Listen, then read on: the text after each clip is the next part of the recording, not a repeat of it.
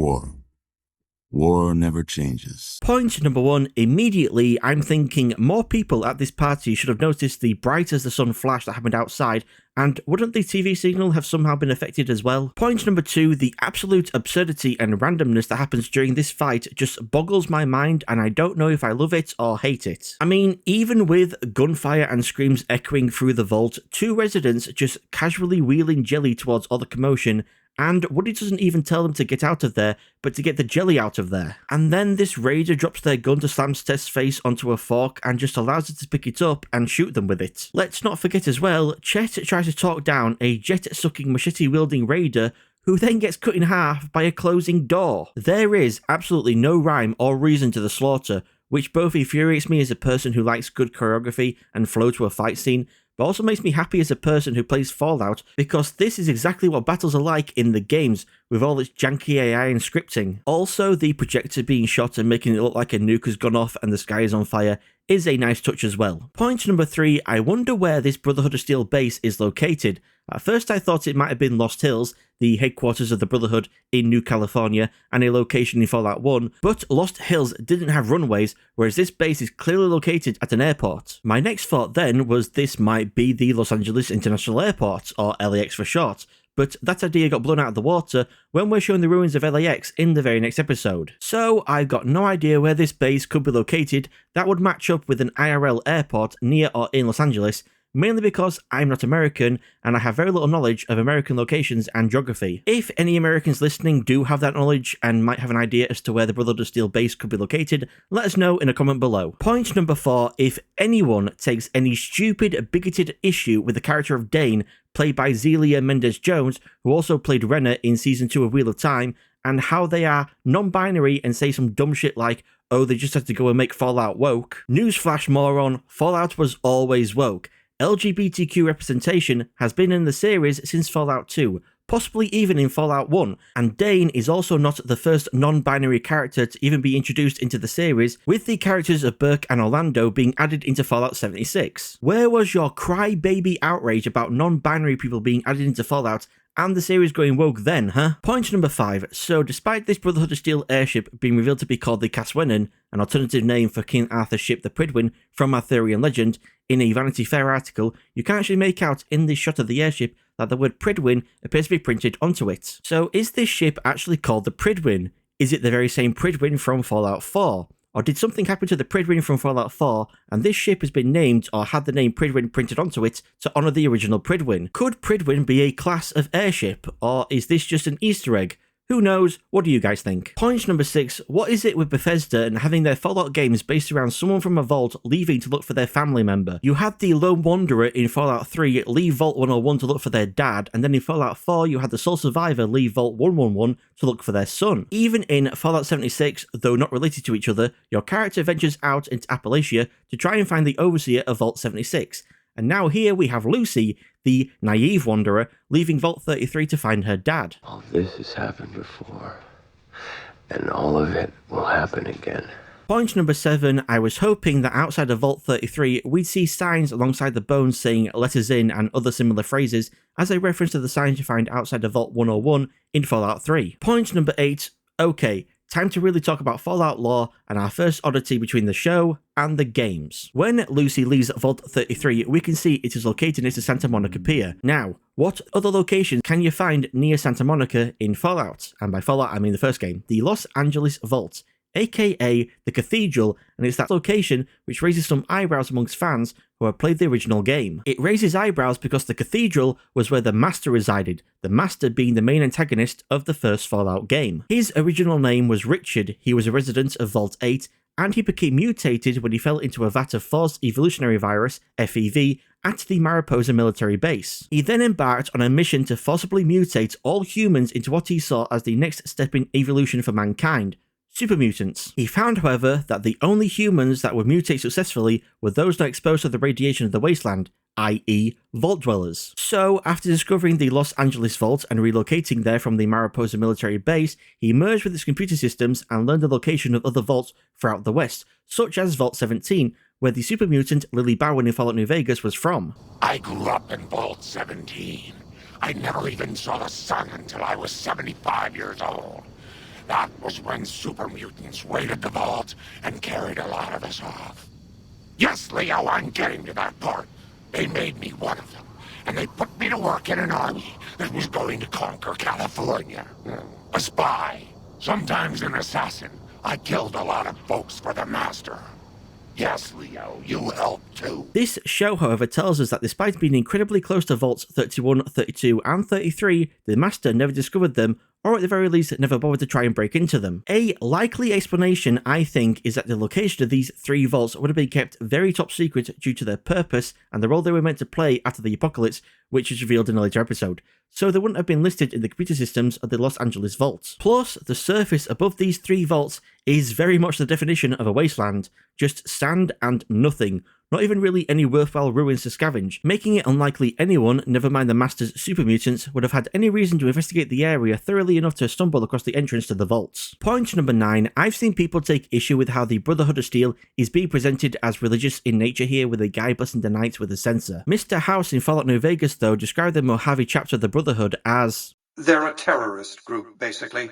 Militant, quasi-religious fanatics, obsessed with hoarding pre-war technology. Following on from that, their codex, a collection of the Brotherhood's rules and tenets, became akin to the Bible or the Ten Commandments to them, and they even started using the expression by steel, a variation of the religious expression by God. By steel? I haven't seen wounds like this since Helios. I've got to get you treated quickly. And while the deification of the founder of the Brotherhood, Roger Maxon, has been discouraged by his descendant Arthur Maxon in regards to himself, those Brotherhood under him still act religiously in believing human life to be sacred and that humans possess souls, a primary reason why they hate the Institute's sins so much in the Commonwealth. How can you trust the word of a machine that thinks it's alive? A machine that's had its mind erased, its thoughts programmed, its very soul manufactured. Those ethics that it's striving to champion aren't even its own.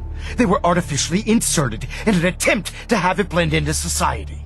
Also, old Quintus here's title isn't just Elder but Elder Cleric, and he says that there are also clerics in the Commonwealth, implying either that the Brotherhood as a whole has shifted even further into religiousness, or he instead could just be lying, having chosen for himself the title of Elder Cleric to give himself more power over his contingent of the Brotherhood, and is telling his troops that other clerics do in fact exist to reinforce his title and authority. Point number 10 are the junk jet. Fun fact, in all my many hours of playing both Fallout 3 and Fallout 4, I've never actually crafted, let alone used the rocket launcher or the junk jet. Point number 11, another fun fact, the actor playing Honcho is Michael T. Williamson, who most people would probably recognise as having played Bubba in Forrest Gump. Point number 12, I find it funny that I mainly know the actor Walton Goggins from playing racist cowboy characters Billy Crash and Chris Mannix from the Quentin Tarantino films Django Unchained and The Hateful Eight. Yet ironically, in this show he's playing a cowboy character who is the one people being racist against on account of him, being a ghoul. You know your kind ain't welcome here.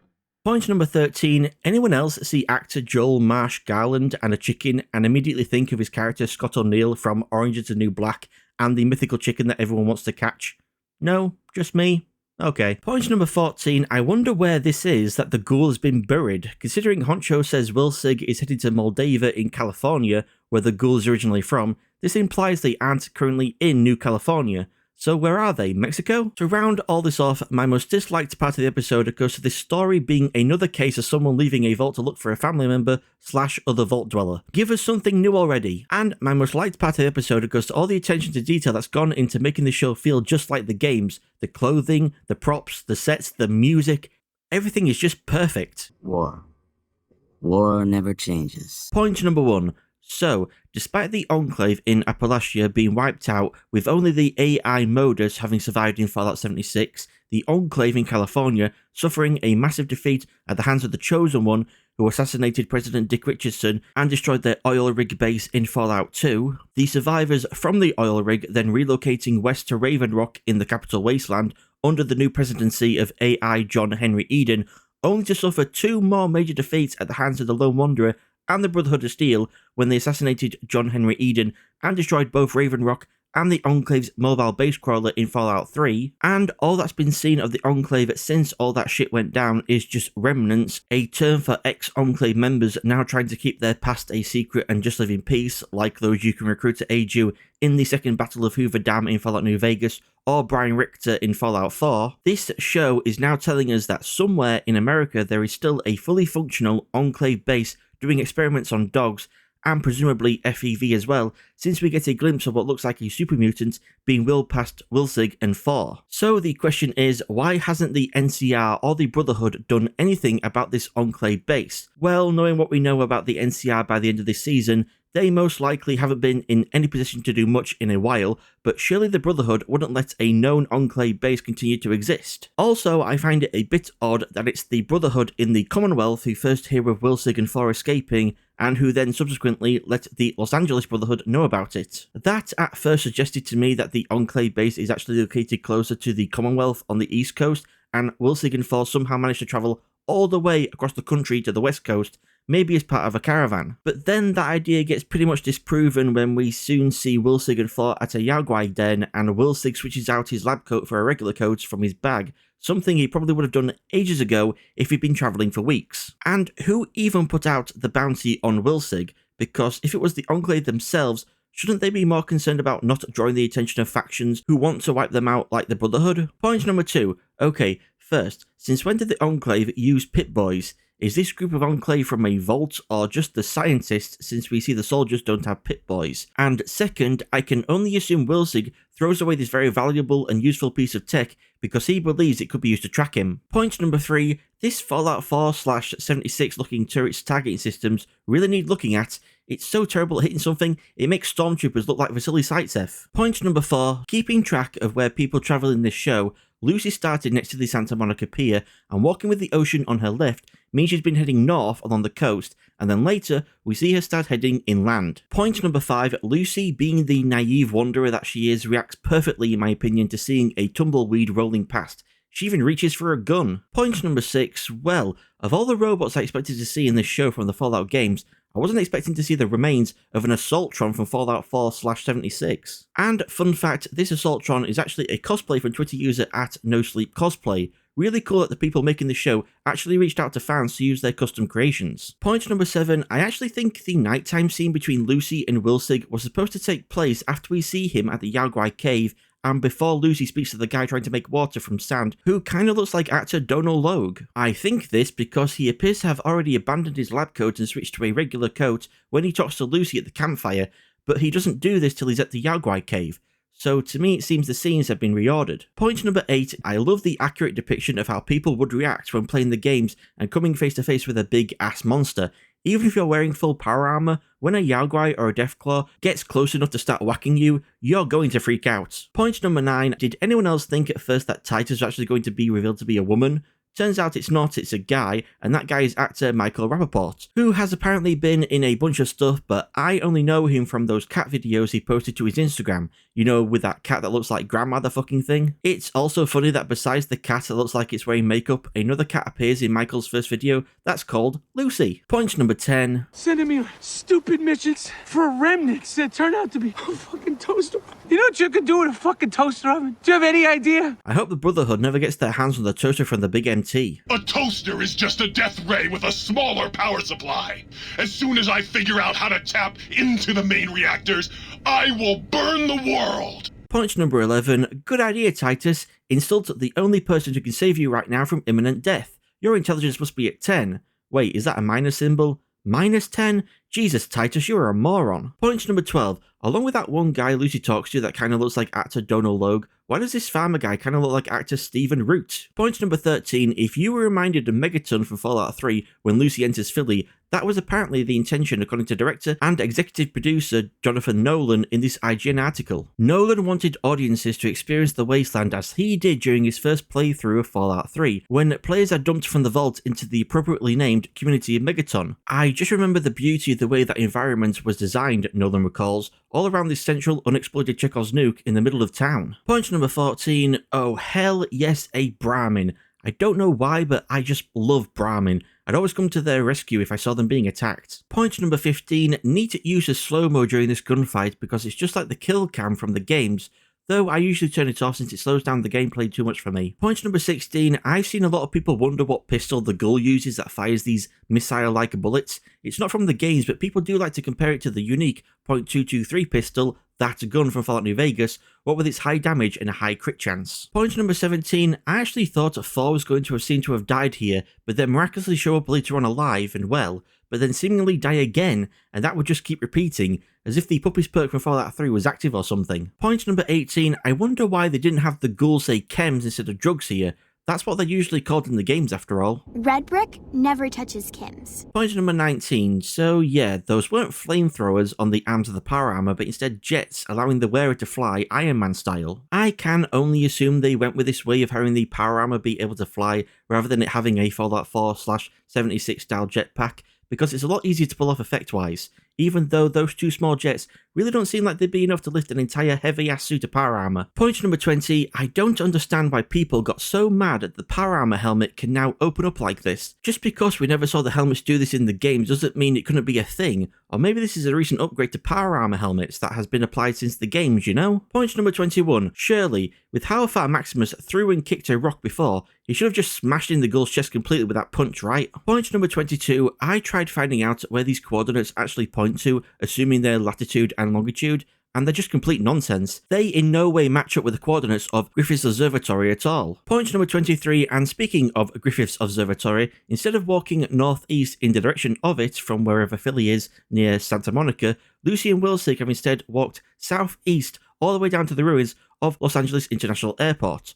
Why? What convoluted route is the Pip-Boy taking them on? Point number 24, I like how Wilsig says the cyanide pill, Vault-Tec Plan D, is quick and painless, yet it takes him at least another 2 minutes to kick the bucket, enough time for him to explain why he took it and to convince Lucy to saw his head off. Point number 25, ooh, neat, a Ripper.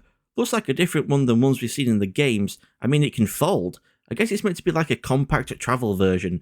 I like as well Lucy having to cut off someone's head was kind of foreshadowed in episode 1 when the camera focused on the Vault Boy poster she looked at that read, "Don't lose your head." To round all this off, my most disliked part of the episode goes to how Wilsig and Ma June were, despite how much they appeared in promotional material, just one and done characters. Maybe they might reappear in season 2, Ma June being like a Peli Motto from the Mandalorian type character, and with Wilsig we could see like flashbacks explaining more of his time with the Enclave. And my most liked part of the episode goes to the Titus and Yao Guai fight. A guy in power armor fist fighting a 2-ton irradiated bear and then running away shouting fuck fuck fuck is just perfectly Fallout. I love it. War. War never changes. Point number 1, why didn't Lucy take Wilsig's bag? Even if he didn't have any more useful stuff in there, she could have at least used it to carry his head.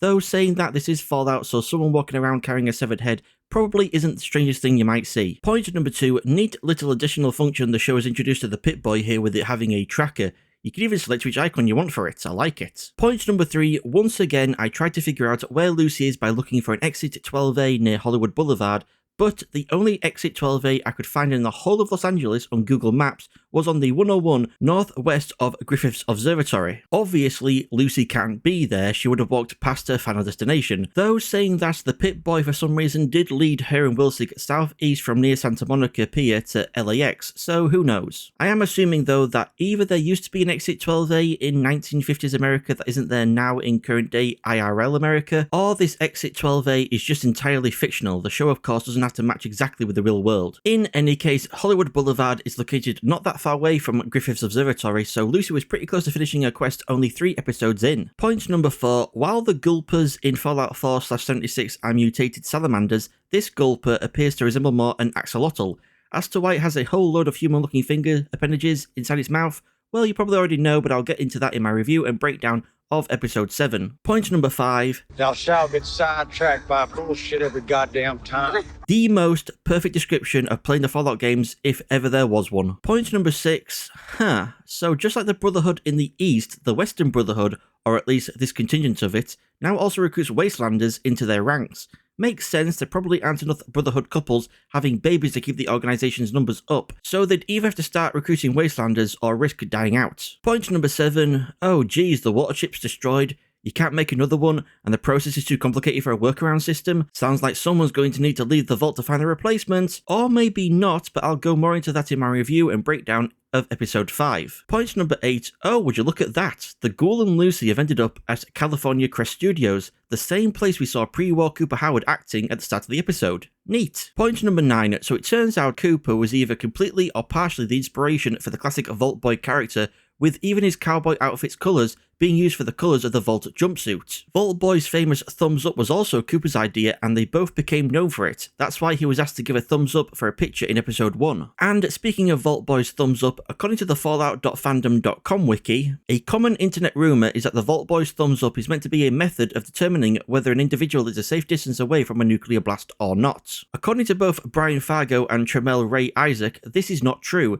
and the gesture is simply a sign of Vault Boy's positive attitude in presenting that everything is okay when it really isn't. The show referenced this in episode 1 when Cooper explained to his daughter why he wouldn't do the thumbs up, which further connects Cooper Howard and Vault Boy in a meta sense, along with the end credits billboard showing half Vault Boy, half Cooper. To round all this off, my most disliked part of the episode goes to lavender taffy being a thing. Look, I like the smell of lavender, but hell no would I ever want to eat it. Seriously though, I actually can't think of anything I didn't like about this episode. It was a solid episode, even if it didn't really give me all that much to talk about. And my most liked part of the episode goes to the character of Thaddeus. He's the highlight of this episode, and of this season, frankly. I hope to see more of him in season 2. War never changes. Point number 1, so from my understanding of this conversation between Cooper and Roger, a ghoul only needs to start taking these vials when they start to turn feral. And this chem could primarily be a West Coast thing, that's why you don't see as many feral ghouls in Fallout New Vegas, but you see a ton in Fallout 3 and 4. Point number 2, Roger's been taking the vials for 28 years, which I get probably isn't an intentional reference, but it does make me think of the 28 zombie film series with 28 days later, 28 weeks later, and soon there'll also be 28 years later. Anyway, apparently Cooper's been using vials for even longer than that. Maybe this could explain why he looks so different to other ghouls we see. Point number 3, Cooper getting Roger to start thinking and talking about good food before shooting him reminds me of the movie version of Mice and Men, when the character of George gets his best friend Lenny to start thinking and talking about the rabbits that Lenny is going to look after when they get their own piece of land, before also shooting him. Both Cooper and George made sure their respective friend was thinking of something good before they shot them in the head, and both murders were done out of mercy. Cooper shot Roger to spare him turning feral, and George shot Lenny to spare him the wrath of the mob hunting Lenny for accidentally murdering a woman. Point number 4, after seeing Reg and Woody talking about running for Overseer, and then Betty talking to Norm about how being the last standing McLean means his voice has weight, I actually thought that was going to lead to him realising he might actually have a shot at becoming Overseer. Point number 5, I don't think Cooper should really be drinking irradiated water. I mean, after playing the quest The Amazing Aquacura from Fallout 3's DLC Broken Steel, I've always been under the impression that a ghoul drinking irradiated water would actually be a pretty bad thing to do, since it furthers their ghoulification, to the point where it makes them turn feral quicker. Point number 6, the television program playing in Vault 32 is a reference to behavioural sync, a term invented by John B. Calhoun in 1962 after performing a series of experiments on rats, the most famous being Universe 25, in which a population was given unlimited food, water, and protection from predators. Despite it being effectively a rat utopia, the experiments eventually led to the extinction of the population as the rats' social behaviours broke down in regards to mating and looking after their young. They just lost the social skills to do so. Point number 7. Michael. Why did you say that name? Point number 8. I can't actually tell how the Overseer of Vault 32 died. I mean, it must have something to do with glue, as there's a whole lot of bottles of Wonder Glue around, but then what's with the thing in their fist with the plug attached to it that also seems to go around their neck? Point number 9, so I've realised I probably actually should have reviewed and broken down this season of Fallout in one long video, because with these middle episodes, there's really not that much to talk about considering I can't actually speculate on anything since the entire damn season's out. So apologies for another short video, but I do think they should get at least a little bit longer as we get towards the end of the season, since then I can talk about how everything ties together and go more into theories and speculation on things that aren't readily apparent or spelled out to us. To round all this off, my most disliked part of the episode goes to the stoners in the super duper mat not putting more effort into explaining to Lucy that letting the other ghouls, the feral ghouls, out would be a very bad thing to do. Though, then again, they are stoners,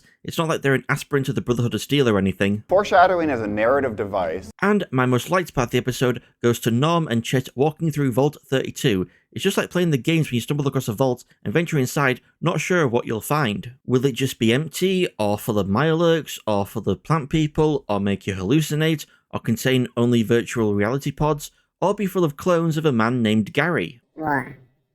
War never changes. Point number 1, Maximus really did a piss-poor job of explaining what happened to Titus. Literally, all Maximus had to say to Thaddeus was that a 2-ton irradiated bear killed Titus, so he took the armor to complete the mission. Although saying that Thaddeus actually believing Maximus is another thing entirely. Maybe that's why Maximus decided to kill him, because he realised it'd be pointless trying to explain, because Thaddeus wouldn't be convinced and might lie to the Elder Cleric when they got back to base in an attempt to get Maximus executed. Point number 2, I like how the show actually portrays radroaches as being pretty menacing in this scene, considering in the games they're mostly just a nuisance you can deal with easily. It's like when Butch's mum Ellen is being attacked by radroaches in Fallout 3. Having a bunch of giant cockroaches trying to eat you would be pretty terrifying in reality. Point number 3, we get our second Anchorage mention after hearing about it on the news in episode 1. This time though, Lucy mentions the Battle of Anchorage, a battle fought between America and China in Alaska over its oil pipelines and reserves. The T-45A, the T-45D and the T-51B power armors were all introduced and used during the Battle of Anchorage. While the T-45 series helped to create a stalemate between American and Chinese forces, it wasn't until units wearing winterized T-51B power armor were deployed that America gained the upper hand and eventually defeated the Chinese. The Fallout 3 DLC Operation Anchorage is based on the Battle of Anchorage, but it being a simulation divorced from reality due to the extreme alterations made by General Constantine Chase makes it an unreliable representation of the actual battle. And just as Lucy tells Maximus, after the Battle of Anchorage, the T-60 series of power armor was then introduced, having reverted back to the design of the T-45 series, and only a few months before the Great War, with units wearing T-60 power armor being used to try and maintain order even as the bombs began to fall. Point number 4, ironic isn't it that we hear an instrumental version of the Glory, Glory, Hallelujah, His Truth is Marching On chorus section from the Battle Hymn of the Republic, as Maximus and Lucy march off to go find Wilsig's head after Maximus has lied to Lucy about who he is, and the Authority has to promise her the Brotherhood's help in rescuing her dad. His truth is marching on, more like his lies are marching on, am I right? Ooh. This extends as well into the next scene with it playing in Vault 33, as people vote on who should be the next Overseer, and the character of Davy, a character seemingly plucked straight out of the movie The Invention of Lying, since he apparently always tells the truth. I don't find you attractive. Oh. Even admitting, unprompted to Reg, he's going to vote for Betty as they march towards the voting booths. Point number 5, the appearance of the character of Rink here must have been inspired by the Fallout 4 travelling merchant Cricket. They just look too similar for it to be a coincidence. Point number 6, I can only assume Rink was focusing on Lucy's Pip-Boy and smiling about it, because she's probably thinking if they can get it and use it to enter a vault, then that would be a lot of non-irradiated people for her and Javin to safely eat. Point number 7, I thought at first when Maximus said that Rink and Javin were fiends, he was referring to the raider gang the Fiends from Fallout New Vegas, who operate out of Vault 3 after tricking their way in and then slaughtering all of the Vault residents. Point number 8, I'm sure along with the catchy slogan and the naivety of the OG Vault 32 and 33 residents, those originally from Vault 31 seeded into the population of Vaults 32 and 33 would have also had an influence in always getting a Vault 31 resident elected Overseer. Like, we don't know how Chet voted, but his Steph,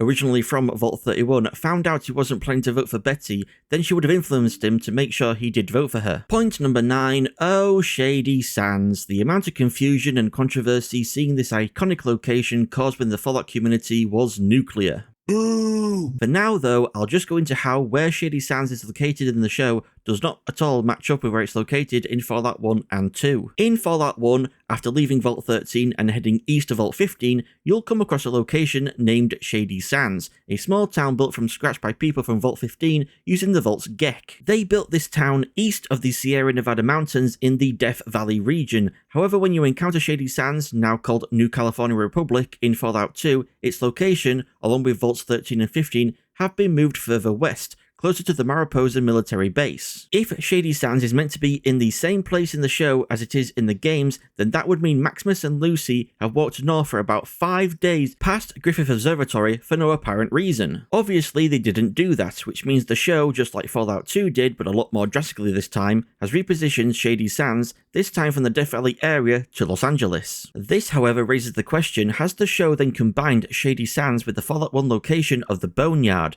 the Boneyard being the name of essentially the entire ruins of Los Angeles? This could explain why we see pre-war buildings surrounding the crater that used to be Shady Sands, Even though the town isn't surrounded by pre-war buildings in either Fallout 1 or 2, with the lore stating that Shady Sands was built from scratch using Vault 15's GECK, which allowed them to create Sandcrete buildings. And it would also explain how Maximus and Lucy are able to encounter it along their journey towards retrieving Wilsig's head and making their way to Griffith Observatory. Point number 10, I honestly can't believe the show's really trying to tell us that Maximus survived Shady Sands exploding by hiding in a fridge. Point number 11, neat little thing I noticed is that you can actually already see the vault door structure of Vault 4 off in the distance here before we even find out that's where Maximus and Lucy end up at the end of the episode. Point number 12, I've seen a lot of confusion as to how Vault 32 was cleaned up, and I have some theories. First theory, these vaults could have a stockpile of Mr. Handys that only the Overseers know about, and which could have been activated to clean up Vault 32, and then deactivated and put back into storage,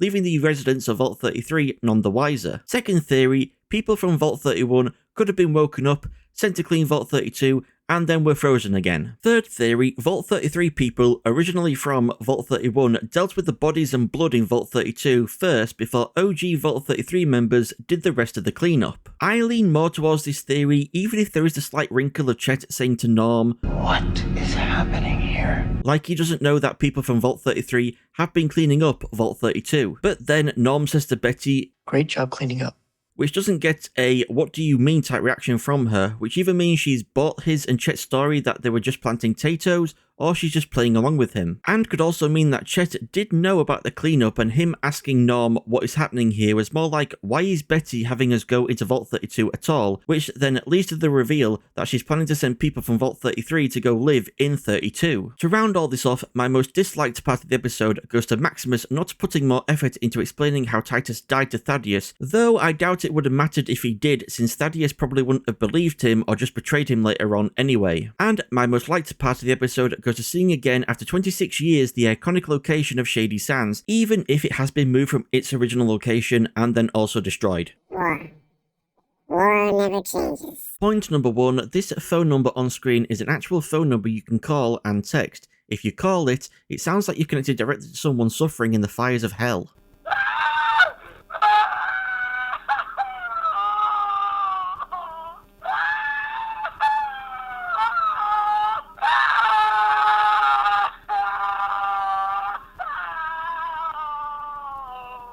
However, if you text, you get an actual message reading, "Thank you for texting Vault-Tec. The next available appointment is 33 weeks from now. Please stand by." 33 weeks from when Season 1 dropped will be November 2024, and there's a lot of speculation around the significance of this date.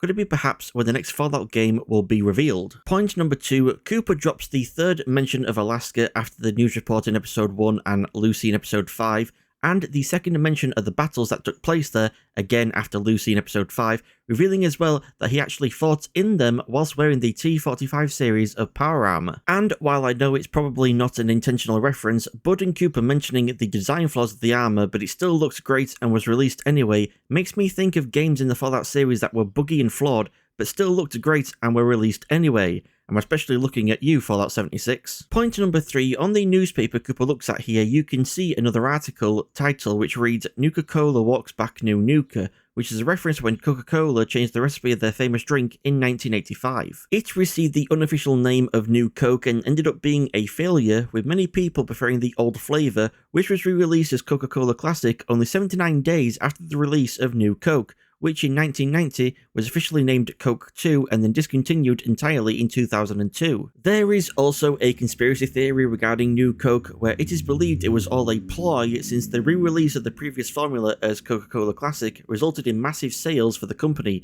though Coca-Cola deny this theory has any truth to it. I wonder if a similar theory surrounds New Nuka in the Fallout world, and based on the series' satirization of capitalism and consumerism, I'm willing to bet it was an intentional ploy by Nuka-Cola to boost sales, if indeed they did receive a boost in sales just like Coca-Cola did IRL. Point number 4, I wonder if the movie poster for A Man and His Dog is meant to be a reference to the post-nuclear apocalypse novella A Boy and His Dog by Harlan Ellison, since the movie adaptation influenced the creation of Fallout according to designer Jesse Heinig. In A Boy and His Dog, you've got mutants that could be feral ghouls and a glowing one, the Down Under, which is a large underground nuclear vault that a society of people live in, just like a Fallout vault, and Dogmeat even gets its name from a nickname the protagonist Vic calls his telepathic dog Blood in the movie adaptation. Fine, Dogmeat.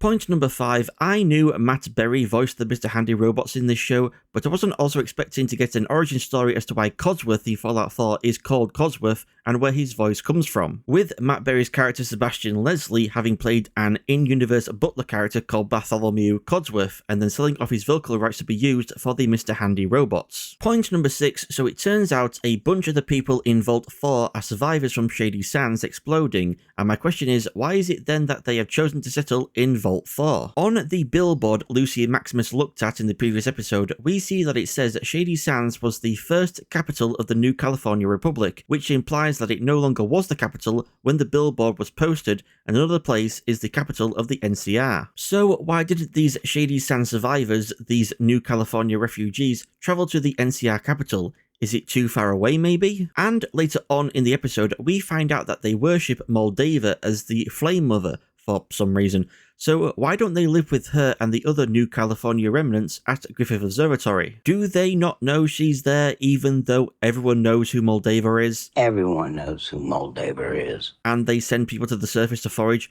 who might have overheard people talking about her? Point number 7, so glad that Maximus has regained the ability to smell after his nose has taken so much punishment since we first met him back in episode 1.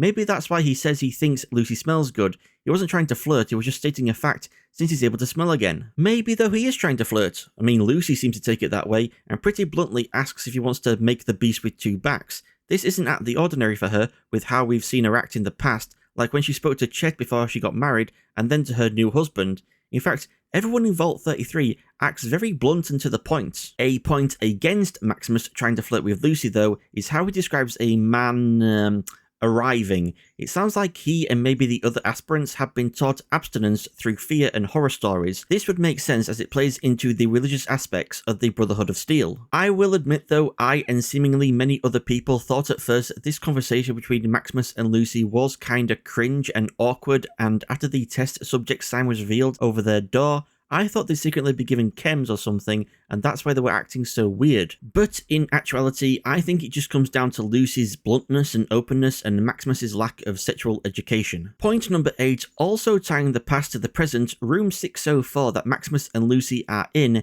is the same room Cooper stood outside of when talking about Vault 4's 3-foot thick lead casing in the pre-war advertisements. Point number 9, I think as well that Maximus's continued odd behaviour whilst in the vault just comes down to how different it is to his life with the Brotherhood. People in Vault 4 are nice and friendly with each other, which contrasts significantly with how brutal and aggressive everyone acts towards each other in the Brotherhood, besides Dane and Maximus towards each other obviously. That's why Maximus is initially very mistrustful and believes the residents are trying to trap them in the vault, but mellows out and starts acting like he's taken ecstasy when he finds the gift basket, the shower, and the robe and slippers. It is kind of weird though that he doesn't seem as freaked out about the mutated people as Lucy is. Point number 10, I love the character of Overseer Ben for how he parodies the hypocritical prejudice of IRL people in power, what with how he views the New California refugees as having smelly food and needing to be tolerated and having their traditions respected, but then also how he's portrayed as a goofball that shouldn't be taken seriously. Point number 11, okay, here we go.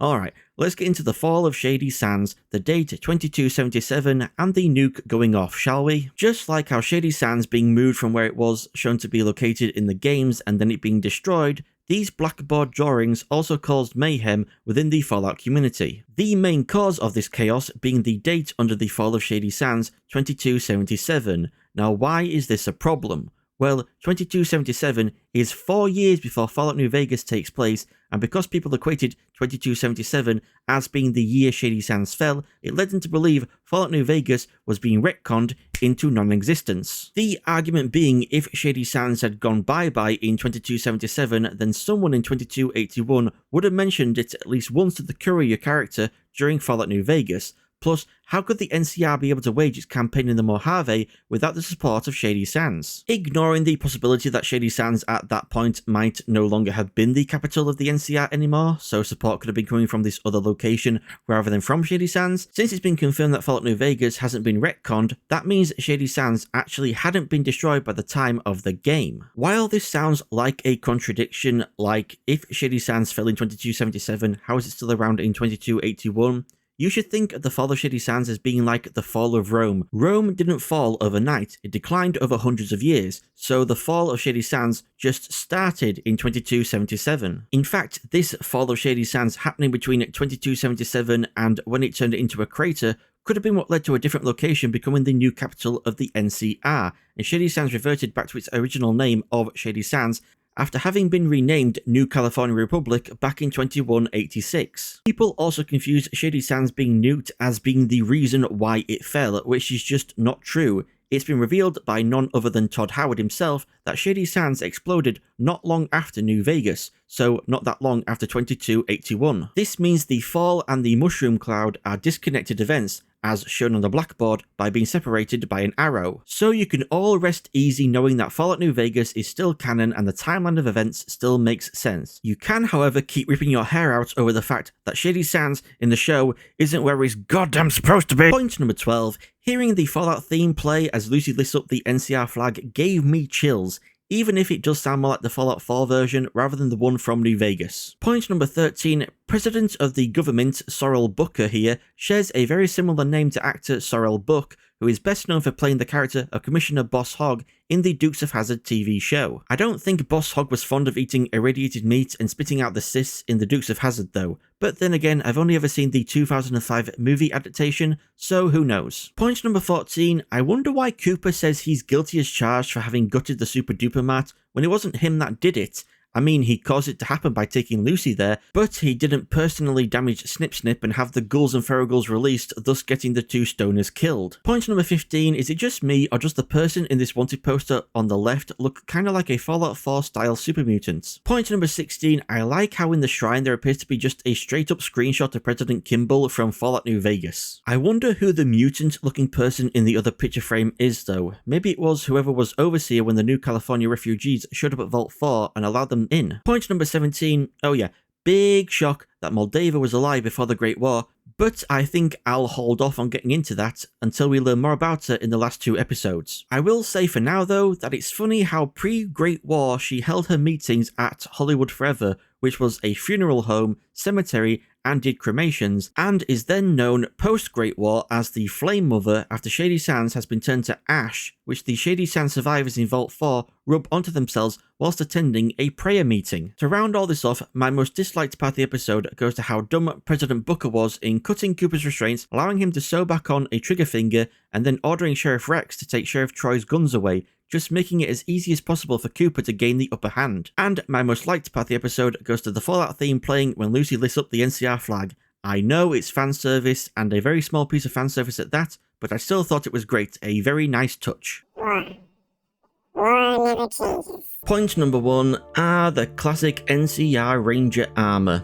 I assume the reason Adam has several sets of the armor is either because he scavenged them, or because he used to be an NCR Ranger, which sounds plausible considering Cooper says he probably still has some of Adam's lead in him. Point number 2, while there are influences throughout this show from the 1966 movie The Good, the Bad and the Ugly, this scene between Adam and Cooper seems to be almost a direct reference. In The Good, the Bad and the Ugly, the situation is slightly reversed with Angel Eyes, the bad, walking in on Stevens and his family eating compared to Adam and Tommy walking in on Cooper eating. Angel Eyes interrogates Stevens for a name rather than a location, and it's Stevens, the father, who gets shot, then a son, rather than just the son, i.e. Tommy, though both Stevens and Tommy do reach for their guns first before being shot by Angel Eyes / Cooper. Point number 3, in the Vault-Tec advertisement at the start of the previous episode, we see Lloyd and Cassandra Hawthorne sitting at a table with 2 kids. Since they're nowhere to be seen in the holotape Ben and Birdie show Lucy, that either means they know their kids are safe and won't be hurt by the Vault 4 test subjects,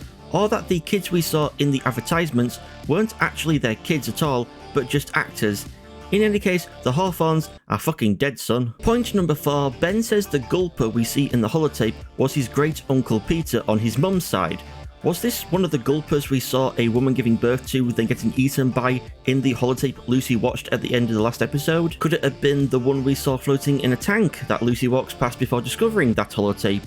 Or, given how coincidence plays such a big part in this show, with characters bumping into each other and such, could the Gulper that swallowed Wilsig's head and attacked Lucy, Thaddeus and Maximus in episode 3 be Great Uncle Peter? Point number 5, the experiment of this vault hybridizing humans with radioactive resistant species explains why the Gulpers we've seen all have had human finger-like appendages in their mouths and very human-like eyes.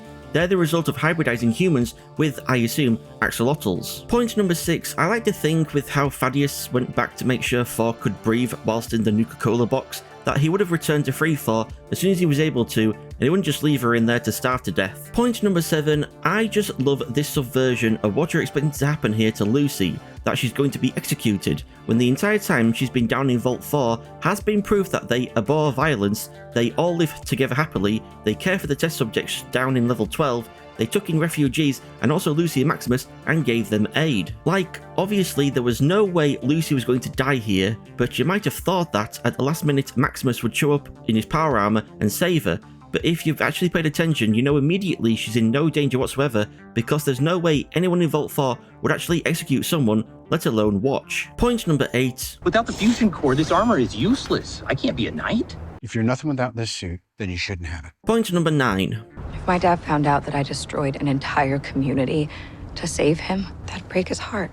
Megaton destroyed? You? You didn't have anything to do with that, did you? Yes. I can't begin to tell you how disappointed I am.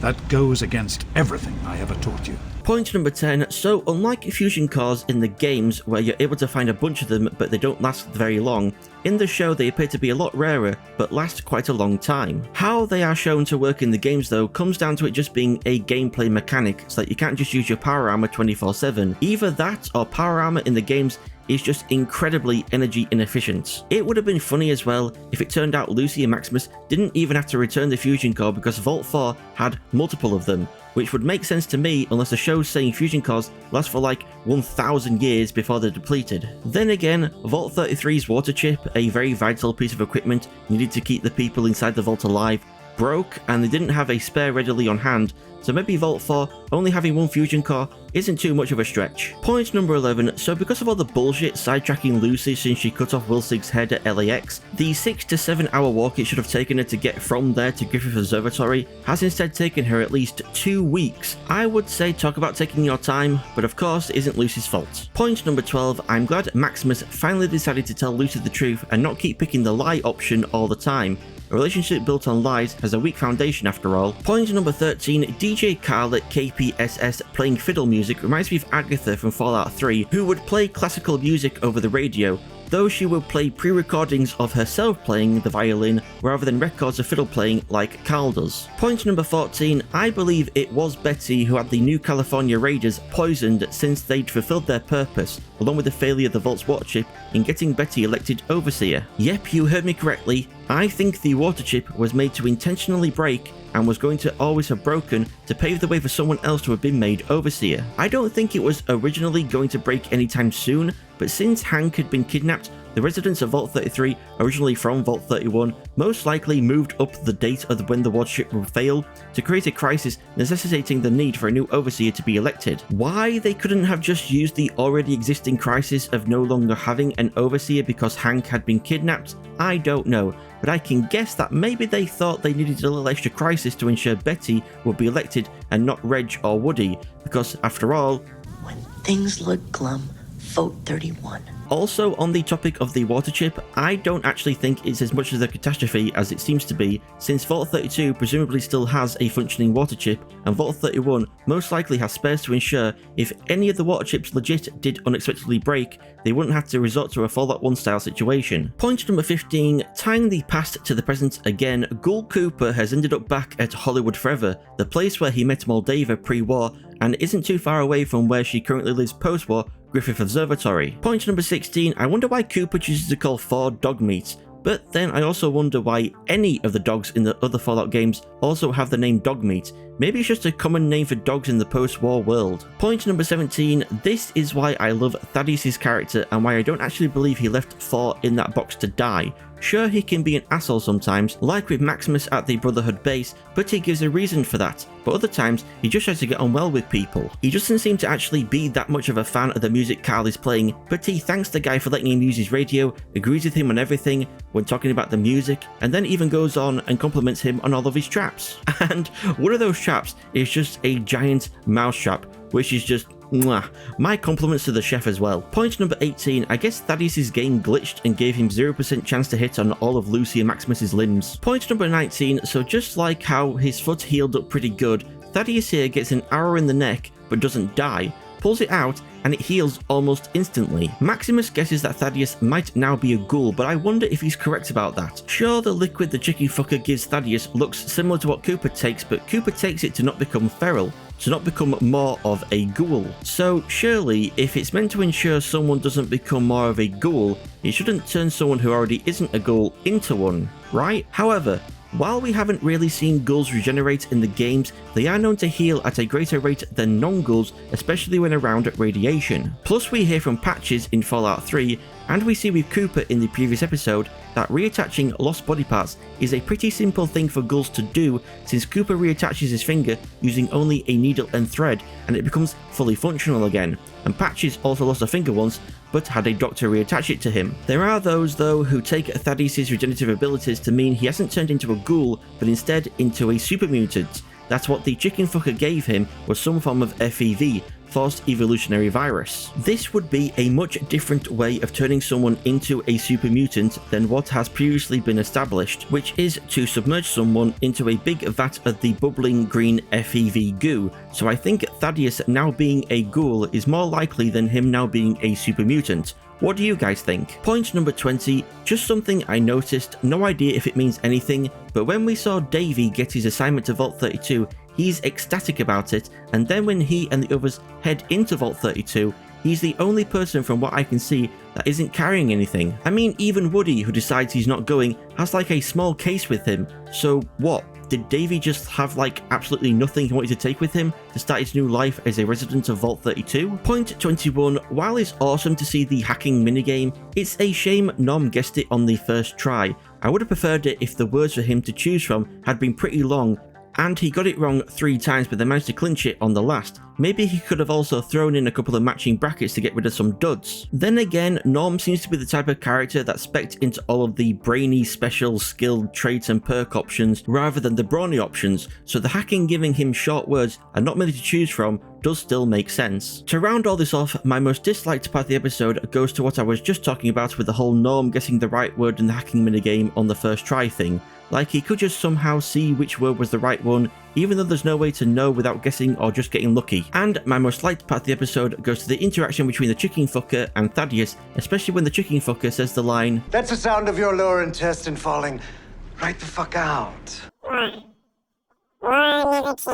Point number 1, Quintus saying to Maximus that when they possess the artifact, relic, what have you, that they will create a new brotherhood, is why I think Quintus has been lying to his chapter, lying that elder clerics are a thing when they've never been a thing before, so as to give himself both authoritative and also religious power over those who follow him by making the religious tones that already exist in the Brotherhood even more pronounced in his own chapter. I wonder if Quintus will continue to operate his zealous chapter in secret or eventually officially secede from the larger Brotherhood, just like the Outcast did in Fallout 3. It'd be cool if this then led to a War for the Planet of the Apes style situation, with the larger Brotherhood attacking Quintus's Splinter faction to remove him from command and take possession of the cold fusion generator. Point number 2, oh would you look at that, one of the ghouls that Lucy freed back at the Super Duper Mart in episode 4, the one that said thank you, has made his own way to the observatory. Good for him. Point number 3, awesome, a sweeping Protectron. Just like Brahmin, I also love Protectrons, so I'm glad we at least got to see one this season. My question is though, can this Protectron teleport or something? They walk slow as hell, and there wasn't one standing there a moment ago, and where's it wandered off to a few moments later? Point number 4, I wonder how long Roomba Brain Bud here has been trapped behind this mop. Maybe him being trapped is why the door to Vault 31 opened for Norm. The security system might have alerted Bud that there was someone at the door waiting to come in, and he just assumed it was Betty and had the system open the door. Point number 5, so just in case it went over anyone's head, this Betty that Cooper talks to pre-war is the same Betty in Vault 33 post-war. Point number 6, Mr. Robert House, what an absolute pleasure it is to see you again. Although you're attending this meeting caused a lot of people to believe your character had been somewhat retconned. In Fallout New Vegas, Mr. House tells the courier, "By 2065, I deemed it a mathematical certainty that an atomic war would devastate the Earth within 15 years. Every projection I ran confirmed it. I knew I couldn't save the world, nor did I care to, but I could save Vegas, and in the process, perhaps save mankind. I set to work immediately. I thought I had plenty of time to prepare. As it turned out, I was 20 hours short."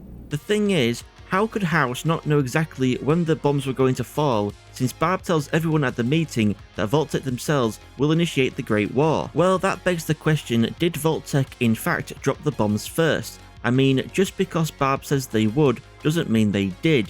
They were only going to start the war if America wasn't going to, if China wasn't going to, if no one else was going to. So if you take into consideration that House didn't know exactly when the bombs were going to drop and was 20 hours short in his projections, that Janie was with Cooper instead of with Barb, already safe inside of a vault, this could either then mean that Vault-Tec didn't start the war, or at the very least started it earlier, 20 hours earlier than they intended, or started it earlier on purpose to try to get rid of House, Big MT, etc., and just make do with the few who managed to get to the vaults. Point number 7, House saying Frederick Sinclair could lose money running a casino is a reference to Sinclair's casino, the Sierra Madre, the setting of the Fallout New Vegas DLC Dead Money. Point number 8, speaking of Sinclair, it's actually him, not House, who doesn't really make sense in the show compared to what we learn about him from Fallout New Vegas. First off, show Sinclair looks nothing like the game Sinclair depicted on the mosaic in the lobby of the Sierra Madre Casino. How people know this is meant to be Sinclair, I don't know, but maybe it's meant to be him when he was younger. Though Chris Avalon, project director on Dead Money, and who seemed to not really like the show that much, has said on Medium.com that this was also a weird take on his look as well, which didn't really mesh with his appearance in the Sierra Madre. Considering the only time we see Sinclair's physical form in Dead Money is his skeleton, then that must mean the man in the mosaic is meant to be Sinclair and how he was meant to look when he died. The reason Chris says this was also weird is because the first thing he found weird is that Sinclair is at the meeting representing Big MT when it's been established in terminal entries in the Fallout New Vegas DLC Old World Blues that Sinclair was never a Big MT executive, just a major client of the company. Chris also took issue with Sinclair actually coming up with sadistic ideas for Vault experiments because I never saw Sinclair as an asshole who would purposely murder or harm people in experiments. The reason all the suffering occurred at the Sierra Madre wasn't due to him, so to see him advocating for cruel experiments on others came completely out of nowhere. There are numerous terminal entries in Dead Money that make Sinclair's position clear. He put the health and well-being of his workers ahead of construction timetables, and he even couldn't bring himself to hurt those who betrayed him the most. But I guess you have had to have played it and understood it, which would have taken a little research. Ooh, the shade. Point number 9, House talking about how confining a bunch of rats together for a long time will result in them eating each other is reference to episode 4, The Ghouls, which showed that all the residents of Vault 32 had killed each other, and also the rat program playing in Vault 32, which in turn was a reference to behavioral sync, a term invented by John B. Calhoun in 1962 after performing a series of experiments on rats, most famous being Universe 25, which you'll have already heard me talk about in detail in my breakdown of episode 4. Point number 10, who are the people in Shadow that Barb seems to get a message from? Just Vault-Tec higher-ups? Or could it be the Enclave, the shadow government that would take control of the United States in the event of nuclear war, according to Boston Bugle staff writer Mags Vacchio in Fallout 4, and who were the true masters of the United States according to Modus in Fallout 76. Point number 11, Norm finding the cryogenic pods in Vault 31 explains how all the non-ghoul pre-war people we've seen that still alive post-war survived for so long, and could also very well be how Moldava survived as well. What with her being very rich, she could have procured for herself her own personal cryogenic pod. Point number 12, seeing this map of the vaults behind Bud and Barb, I went to see if someone had taken the time to map them out properly, and I found such a map on the website atlasofIceandfireblog.wordpress.com. It's really interesting to see where all the vaults are located, especially the one and only vault up in Canada. That'd be cool to see more of. Point number 13, I like that the people in the meeting when coming up with ideas for experiments describe vaults from the games and other Fallout media. Frederick Sinclair of Big MT's idea is to overpopulate a vault, and in the Fallout Bible, Vault 27 is a vault that was deliberately overcrowded with 2,000 people rather than the intended 1,000. Julia Masters of Retcom's idea of a vault governed by an intelligent milk-delivering robot sounds similar to Vault 51 from Fallout 76, though rather than a milk bot, the vault was instead controlled by a Zax AI, you know, like John Henry Eden in Fallout 3. Leon von Felden of Westtech's idea of using a vault to create super mutant soldiers using illegal immigrants is reminiscent of Vault 87 for Fallout 3, where FEV, Forced Evolutionary Virus, was tested on the civilian population of the Vault, resulting in the super mutants that went on to plague the capital wasteland. Sinclair's second idea of pumping psychotropic drugs into the air supply of a vault is most certainly Vault 106 from Fallout 3. And Julia's second idea of separating parents and children with only the smartest kids being allowed to reach adulthood must be Vault 75 in Fallout 4. Parents were separated from their children and executed, and only the most intelligent and obedient children were allowed to cross the age of 18 and were then recruited to continue the experiment, the rest executed. Point number 14, I've seen a lot of Reddit posts questioning how does Vault-Tec dropping the bomb, destroying the world, and killing everyone benefit them in any way? But I think the show explains it pretty simply that wiping out everyone so that only Vault-Tec and those inside the vaults are left alive gives them, as Barb says, a true monopoly. A true monopoly on people, on resources, on what they can charge these people for said resources. Being the only faction left standing would give them a true monopoly on the entirety of America and its future, which they could shape however they want. That's how it benefits Vault-Tec to start the war, to become the dominant power, and to in turn put an end to all war because... I don't know if you know this, but war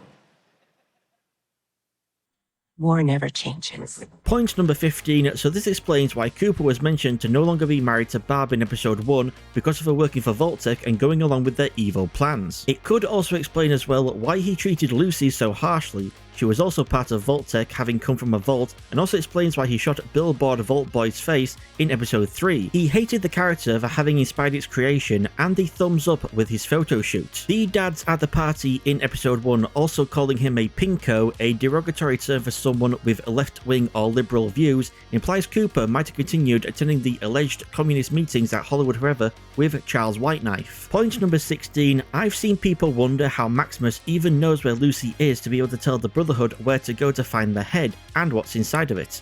I think it could just come down to Lucy simply showing him the coordinates and the mapped route on her Pip-Boy. Or even if she didn't do that but just told him she was taking the head to someone called Moldava, since everyone knows who Moldava is. The Brotherhood would know she's heading to the current NCI headquarters, Griffith Observatory, where Moldava lives. Point number 17, and we get the big reveal that Hank blew up Shady Sands and his wife when she refused to return to Vault 33 with him and Lucy and Norm, which many believe all happened during the Great Plague of 77 that Lucy mentions to Cooper in episode 4. The plague being faked so that people were quarantined in their rooms, creating a reason as to why no one could see the entire McLean family and how Rose died due to starvation, when in actuality they weren't even in Vault 33 at all. Anyways, I guess if Lucy had destroyed Vault 4, an entire community, it wouldn't have broken his heart, but she didn't go through with that, and she also didn't go through with the idea of blowing everyone up with a grenade stuffed into Wilsig's neck hole, because that wasn't how she was raised.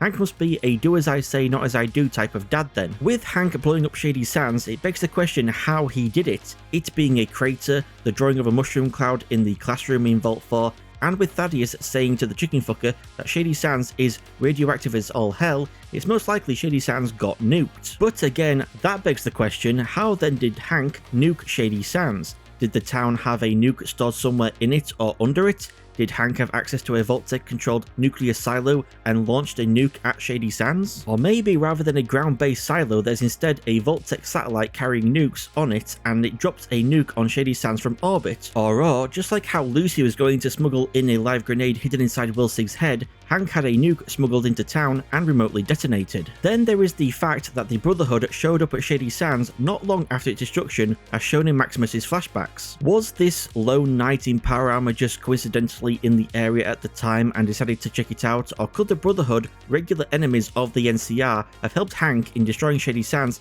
by dropping a nuke on the town from a vertibird or something? I also find it funny that part of why Hank blew up Shady Sands is because everyone on the surface is supposed to be dead before those in the vaults emerged to lay claim to the entire wasteland when Shady Sands' ancestors originally came from a vault. Overpopulation of Vault 15 resulted in a bunch of people leaving the vault and splitting off into several factions, the Khans, Jackals and Vipers raider gangs, but also the people who created Shady Sands using Vault 15's Gek. So Hank blew up Shady Sands and his wife to keep the knowledge that civilization had returned to the surface a secret, when that civilization actually arose from the Vault's intended purpose of protecting people during the nuclear war and then having them leave to rebuild and repopulate the surface. Point number 18, it's awesome to get to see the iconic statue and well that you see in Shady Sands from Fallout 1. Can't find the statue in Shady Sands in Fallout 2 though. Maybe that could be evidence for those who believe a different place was named Shady Sands when the OG Shady Sands was renamed New California Republic and the statue was relocated to the new Shady Sands.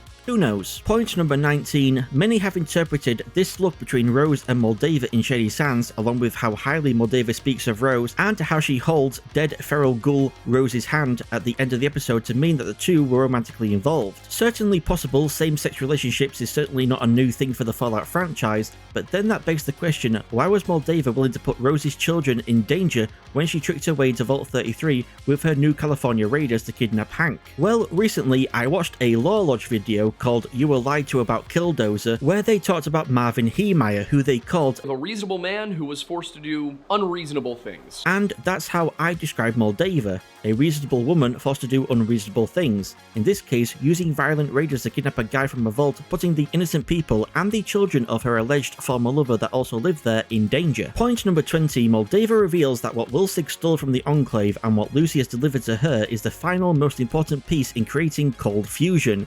This has caused confusion amongst Fallout fans because cold fusion has always been a thing. It's part of Vault-Tech's Garden of Eden creation kit, or Gek for short after all. I think this can be explained however by understanding that while pre-war Moldava tells Cooper in the previous episode that Vault-Tech bought every company she'd ever worked for, only to just put cold fusion on the shelf, it would appear she was wrong about that, since cold fusion is part of the Geks, which means Vault-Tech kept working on the technology but then made it proprietary, and so that only Vault-Tech employees with a specific access code can activate it, as she explains to Lucy in this episode. Also, speaking of cold fusion, weirdly a terminal entry in the Institute in Fallout 4 has Madison Lee reject researching cold fusion because evidence suggests this is and always will be a pipe dream. But knowing about Geks from working on Project Purity in Fallout 3, she should know they come with cold fusion generators, so it existing is a reality, not a pipe dream. Or is she saying it's a pipe dream because it is impossible to create cold fusion without basing it off of Vault-Tech's version, and it's impossible to remove the requirement of it needing a Vault-Tech executive's access code? Or could it be that the cold fusion generators in the Geks and the one Moldava has aren't electrochemical in nature, and it's specifically electrochemical cold fusion generators that Madison Lee is calling a pipe dream? Someone who has more knowledge on this, let me know in the comments because I know next to nothing about cold fusion. Point number 21, I wonder how the ghoulification went for Rose. Presumably it was radiation from Hank nuking Shady Sands that turned her into a ghoul, but how long did it take for her to turn feral? And why did she turn feral at all? I would have thought Moldava could have gotten her a steady supply of the chem ghouls use to stave off turning feral. Could be she refused to take it out of depression of being betrayed by her husband and never being able to see her kids again.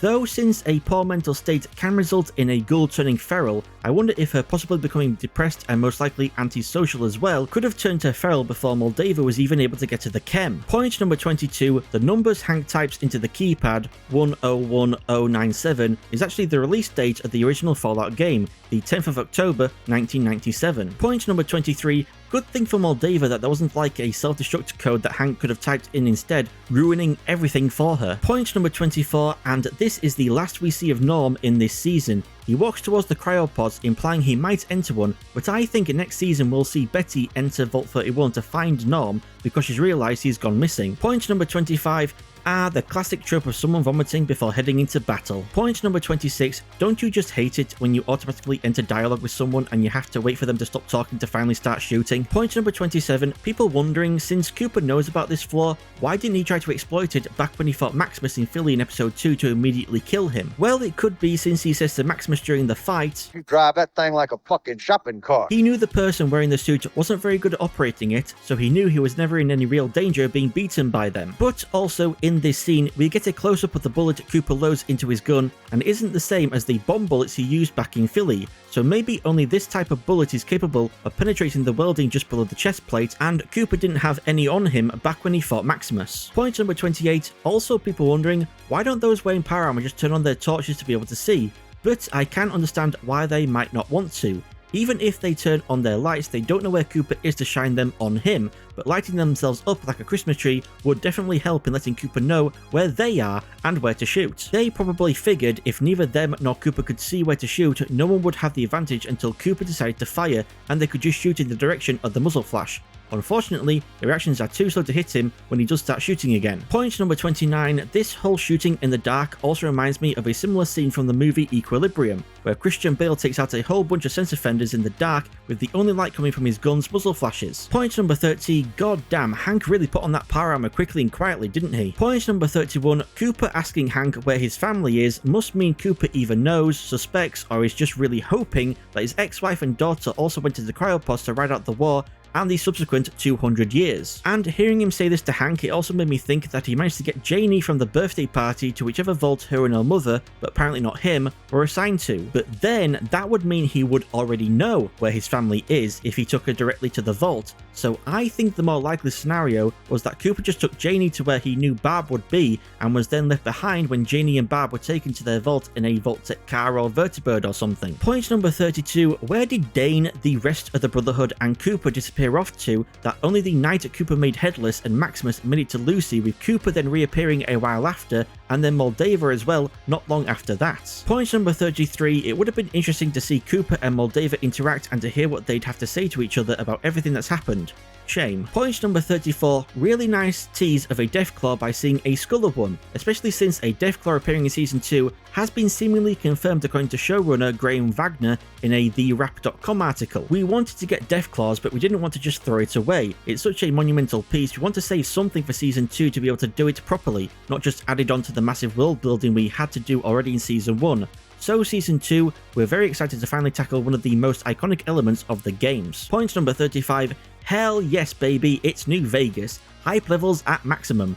And Jesus Christ, Hank has done a lot of travelling to get there. Also, if the credits are in any way accurate, it seems in the 15 years since the end of the game Fallout New Vegas, the location of New Vegas isn't doing so hot as we see another Deathclaw skull, a human skeleton, a crashed NCR vertibird, and several dead Securitrons at destroyed gates. Though this could just be a stylization and not meant to be accurate, since Griffith Observatory, shown in the credits of the previous episode, was wrecked and abandoned even though it was occupied by the NCR pre-wrecking and now the Brotherhood post-wrecking. We also see a billboard for the Tops Hotel and Casino Cryo Suites, which as far as I know the billboard and the Cryo Suites aren't in the game at all. Since this is featured prominently in the credits though, it might be why Hank has gone to New Vegas to find whoever is still frozen in the cryo suites. Or the billboard could just be referencing the cryopod that Mr. House's physical body is in Fallout New Vegas, so maybe Hank has gone to find Mr. House for some reason. Which leads us to the question I've seen being asked a lot: which ending of New Vegas will the show follow on from and make canon? My theory is it doesn't really matter. It's been 15 years since the end of Fallout New Vegas, and anything could have happened in that time to the Mojave and to New Vegas that no matter which faction had won, something could have happened requiring them to abandon the place. If, however, House does turn out to still be alive, that would point towards his ending being the canon one, since even if he wasn't outright killed during the NCR, Legion or Yes Man endings, he still would have died a year after having his cryopod opened. That is unless the show retcons this or something. To round all this off, my most disliked part of the episode goes to Cooper and Moldava not being able to have at least a small conversation. Missed opportunity. And my most liked part of the episode goes to the bigwig meeting and all the Easter eggs and references that came from it. Had me like Leonardo DiCaprio in Once Upon a Time in Hollywood. sponsored by Nuka-Cola. Thank you all so much for tuning into the Triple S Variety channel. To not miss a video, be sure to subscribe, give this video a like, and why not leave a comment below pointing out anything I missed but you noticed. I would love to hear from you all. I've been Triple S, you've all been amazing, and I shall see you all in the next video.